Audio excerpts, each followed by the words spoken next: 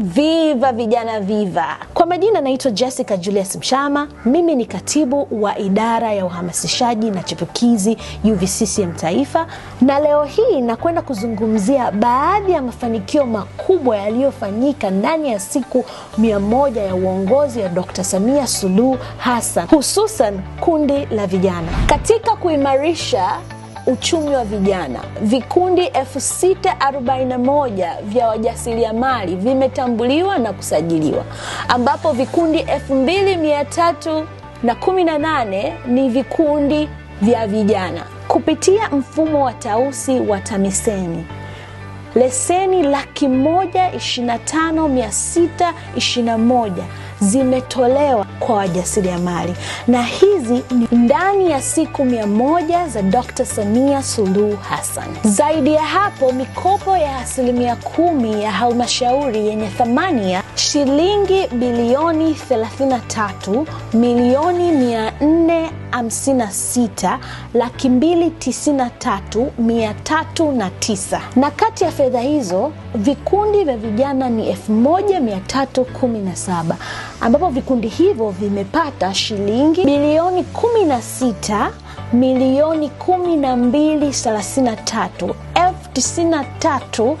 16,12,33,409. Hii si takwimu tu, hizi ni fursa, mitaji na matumaini mapya kwa vijana wa Kitanzania. Katika sekta ya uvuvi, wajasiriamali zaidi ya 4,578 wamerasimishwa, ambapo wavuvi ni 2,100 na wafugaji wa viumbe maji ni 2,478. Hatua hii imewapa vijana uhalali wa kufanya kazi kwa tija na kuwapa fursa za kifedha. Madini oye!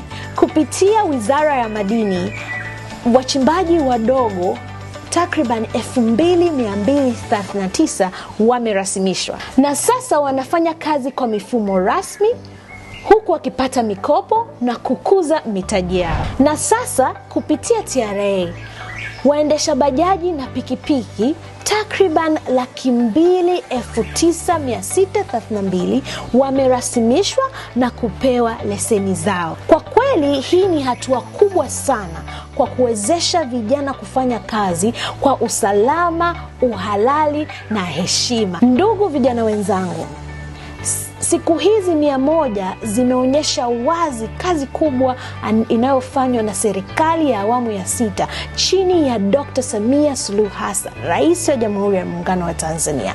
Imedhihirisha kwamba inajali na kuthamini maslahi ya kila kijana wa Kitanzania. Ndani ya siku 100 za Dr. Samia Suluhu Hassan, mafanikio haya yamewezekana kwa sababu ya amani, upendo na mshikamano. Hivyo basi, ningependa kuwasihi sana vijana wenzangu, tuendeleze upendo wetu kwa umoja na tushikamane kuendeleza amani ya taifa letu la Tanzania. Sisi vijana ni nguvu ya taifa, na chini ya uongozi wa Dr. Samia Suluhu Hassan, Rais wa Jamhuri ya Muungano wa Tanzania, nguvu hii inaelekezwa kwenye maendeleo halisi ya kila kijana Tanzania.